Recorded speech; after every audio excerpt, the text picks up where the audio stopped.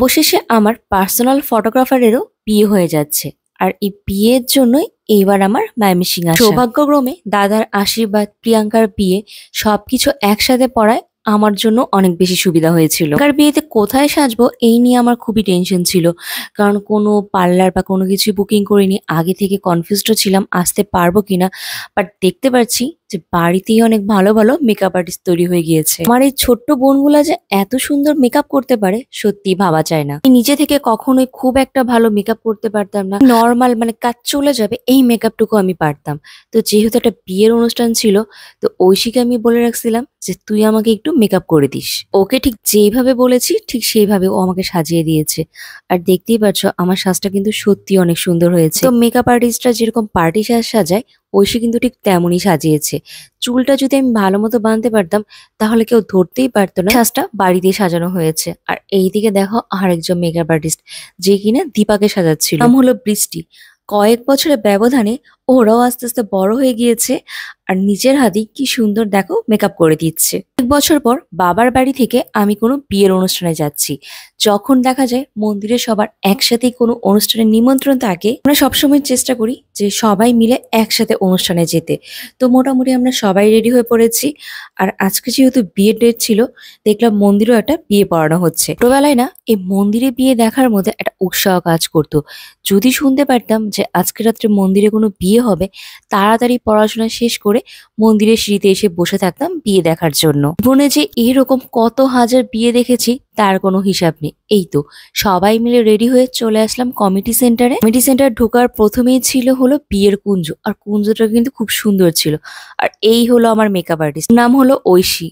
ও এখন সিভিএমসি মেডিকেলে পড়াশোনা করছে। আমরা আসার একটু পরেই দেখলাম বরও চলে আসছে। তো বরের বাড়ি ময়মনসিংহ শহরের মধ্যেই ছিল, যার জন্য বর আসার সময় অনেক নাচানাচি, বাজি ফোটানো, অনেক হই হুল্লোড় করতে করতে আসছে। বা যখন দেখলো যে এই বিয়ে বাড়িতে ও কাউকেই চিনতে পারছে না, আমি, মা আর ও যার সাথে খেলা করা ওর জয় মামা সে এখনো আসেনি, তার জন্য ও আমার কোলে উঠে বসে আছে। এইদিকে জামাইও চলে আসছে, তো সবাই মিলে জামাই বরণের ব্যবস্থা করছে। আর এইদিকে প্রিয়াঙ্কা সব মামিরা এবং সাথে আমার মা সহ জামাইকে বরণ করলো। প্রিয়াঙ্কা প্রায় 3 বছর হলো আমাদের পাশের বাড়িতে থাকা শুরু করেছে। ছোট থেকে আমরা প্রিয়াঙ্কাকে চিনি। প্রিয়াঙ্কা ঐশীর কাকাতো বোন, কিন্তু এই 3 বছর ধরে যখন ও আমাদের সাথে থাকা শুরু করলো, আমার মার আপদে বিপদে যে কোনো সময় ডাক দিলেই ও চলে আসতো। যখন থেকে প্রিয়াঙ্কার বিয়ে ঠিক হয়েছে, আমার মার মনটা অনেক খারাপ ছিল। মা যখন রান্না করতো, তার রান্নাঘরে একজন সঙ্গী ছিল প্রিয়াঙ্কা। গল্প করতে করতে দুজনে মিলে রান্না করতো। প্রিয়াঙ্কাও মাকে খুব ভালোবাসতো, নিজের কাকির মতনই ভালোবাসতো। আমি যখনই ময়মনসিংহ আসতাম না কেন, আমাকে ভিডিও করে দেওয়া, আমার সাথে বাজারে যাওয়া, মার্কেটে যাওয়া এবং যে কোনো জায়গায় যাওয়ার একটা সঙ্গী ছিল প্রিয়াঙ্কা। আগে আমি আর সুস্মিতা ঘুরে বেড়াতাম, বিয়ের আগে দীপার সাথে ঘুরে বেড়াতাম। তো আস্তে আস্তে সবারই বিয়ে হয়ে গিয়েছিল, প্রিয়াঙ্কা ছিল আমার পাশে। তো ওকে নিয়ে আমি সব জায়গায় ঘুরে বেরিয়েছি। যেহেতু আমি ব্লগিং করাও শুরু করেছিলাম, তো ময়মনসিংহ আসলে এখানে যেতাম না কেন, প্রিয়াঙ্কা আর সুস্মিতা এই দুজন মিলে আমাকে ভিডিও করে দিত। তো জানুয়ারি মাসে সুস্মিতার বিয়ে হয়ে গেল, আর এই তো জুলাই মাসে প্রিয়াঙ্কারও বিয়ে হয়ে যায়। তাই আমাকে বলছিল অবশেষে তোর এই পার্সোনাল ফটোগ্রাফারেরও বিয়ে হয়ে গেল। কি আর করার, ওর যখন বিয়ে ঠিক হয়েছিল আমি অনেক খুশি ছিলাম, কিন্তু পরে কষ্টও পাচ্ছিলাম। এইবার ময়মনসিংহে গেলে আমার আবার নতুন সঙ্গী খুঁজতে হবে, সবারই অলরেডি বিয়ে হয়ে গিয়েছে। প্রিয়াঙ্কাও বউ সেজেও আমাকে বলছে, মনিদি তুমি চিন্তা করো না, তুমি যখনই আমাকে ডাকবে না কেন আমি চলে আসব। এই যে এতগুলো মেয়েকে দেখছিলে, সবগুলোই ছিল আমাদের কালীবাড়ি মেয়েদের গ্যাং। মানে আমরা যে কোনো অনুষ্ঠান হোক, ফাংশন হোক, মেলা হোক, যে কোনো জায়গায় আমরা সবসময় একসাথে যেতাম। পূজা পার্বণে সবাই মিলে একসাথে উদযাপন করতাম। আর আমাদের গ্রুপটা না অনেক সুন্দর ছিল। আমি পৃথিবীর যেই জায়গায় থাকি না কেন এই গ্রুপটাকে খুব মিস করি। এই তো সবাই মিলে একসাথে খেতে বসে পড়েছি। এক বছর হলো বাংলাদেশে কোনো বিয়ে অ্যাটেন্ড করা হয় না। এইখানে বিয়ের অনুষ্ঠানগুলোতে তো আমি আগেই বলেছি পোলাও আর রোস্ট খাওয়ানো হয়। আর আমার তো পোলাও রোস্ট খুবই পছন্দ।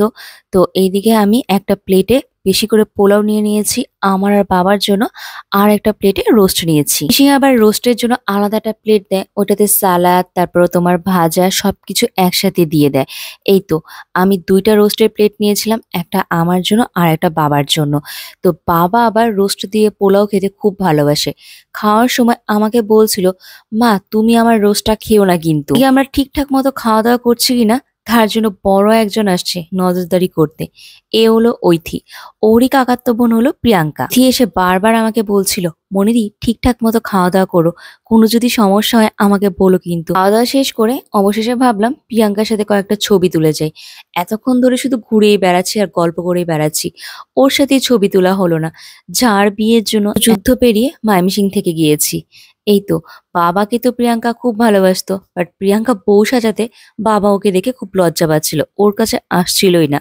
আর এই যে পাশে যাকে দেখছো, ও হলো দীপা। আমরা সবাই মিলে নতুন বউয়ের সাথে কয়েকটা ছবি তুলে নিলাম।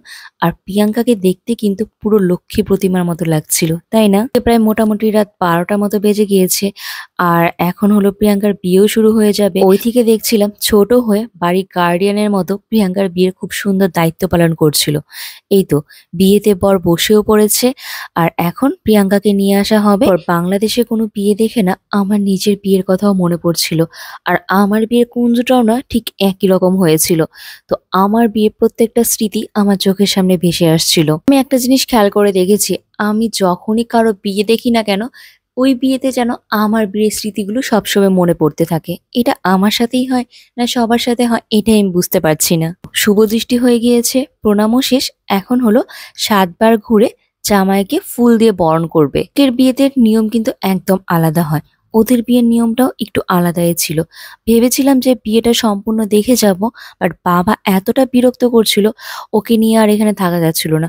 অনেক দৌড়াদৌড়ি করছিল, কখন পড়ে যায় এই চিন্তায় পরে মাকে আমি বললাম, তুমি থাকো মা, আমি তাহলে চলে যাই। চলাকালীনই আমি সবাইকে বলে তারপর বাড়িতে রওনা দিই। আর চলো বন্ধুরা, ভিডিওটা তাহলে এইখানেই শেষ করি। যদি তোমাদের ভিডিওটা ভালো লেগে থাকে তাহলে একটা লাইক, কমেন্ট আর শেয়ার করে দিও।